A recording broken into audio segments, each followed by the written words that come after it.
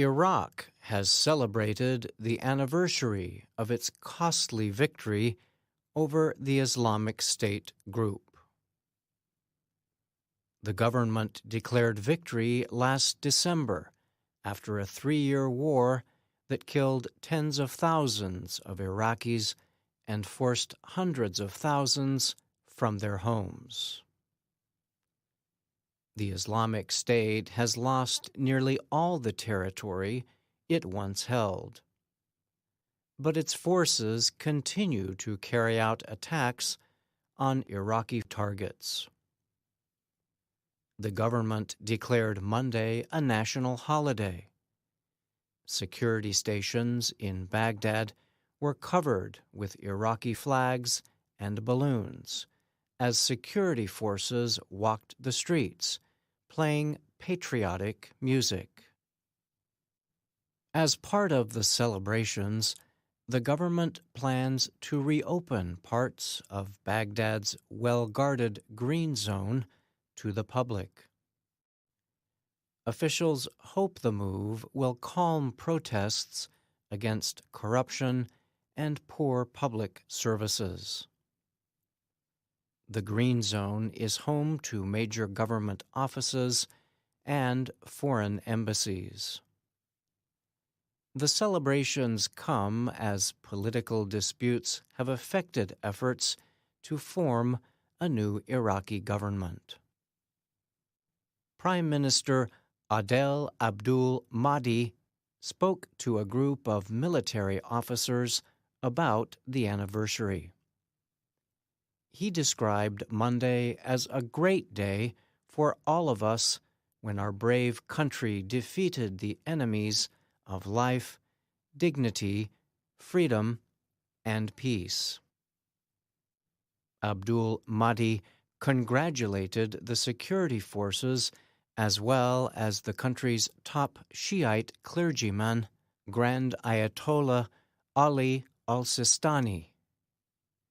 The clergyman approved a fatwa, or religious order, that brought in volunteers after the Iraqi army seemingly collapsed in June 2014. Tens of thousands of volunteers joined state-supported militias, many of them financed by Iran. That fatwa laid the foundations of the victory, Abdul Mahdi said. He called on Iraqis to leave behind their differences and to come together for a better future. The time has come to leave behind all the past mistakes, to open the doors of hope for our children for a better future, he said. He promised to rebuild the destroyed areas and help displaced people return to their homes. All Iraqis took part in this fight. Those who couldn't take up arms fought with words and donations, said Qasim al-Fatlawi, who lives in Baghdad. He helped raise money for the militias. Songs praising the militias, also known as the Popular Mobilization Forces, could be heard coming from his small business in the city's Karada neighborhood. On Monday, the area was filled with Iraqi flags. That victory is a golden opportunity for the government to rebuild the country and to meet the needs of its people, said Samir al-Obeidi. He led a group of people who presented flowers to security forces in Baghdad's Azamiya neighborhood. It is important to treat all Iraqis equally so that they feel that their sacrifices are appreciated, al-Obeidi added. The Islamic State, or IS group, grew from the violent opposition that followed the United States-led invasion of Iraq in 2003. Based in Syria, IS forces crossed into Iraq in the summer of 2014. The Iraqi army collapsed, leaving the group to govern with a crushing form of Islamic rule. Thousands of people were killed. The group also kidnapped thousands of women and girls from the Yazidi religious minority and forced them into sexual slavery. Iraqi forces aided by the U.S.-led coalition fought to remove the group from all the territory it once held in Iraq.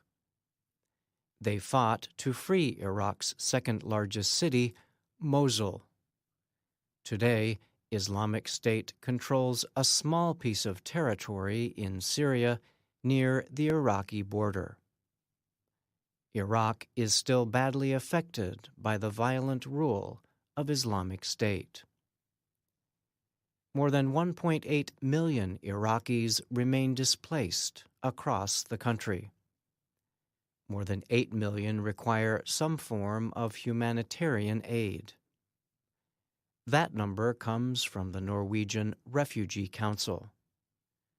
Those with suspected links to IS have been rejected by their communities. Thousands of children fathered by IS militants are still unrecognized by the state. Nearly 2/3 of displaced people say they are unwilling or unable to return home in the next year, and more than half say their homes were damaged or destroyed, said the aid group. If this is what victory looks like, then there is little to celebrate, said Norwegian Refugee Council Secretary General Jan Egeland. They have largely been forgotten by their own government and the international community. I'm Brian Lynn.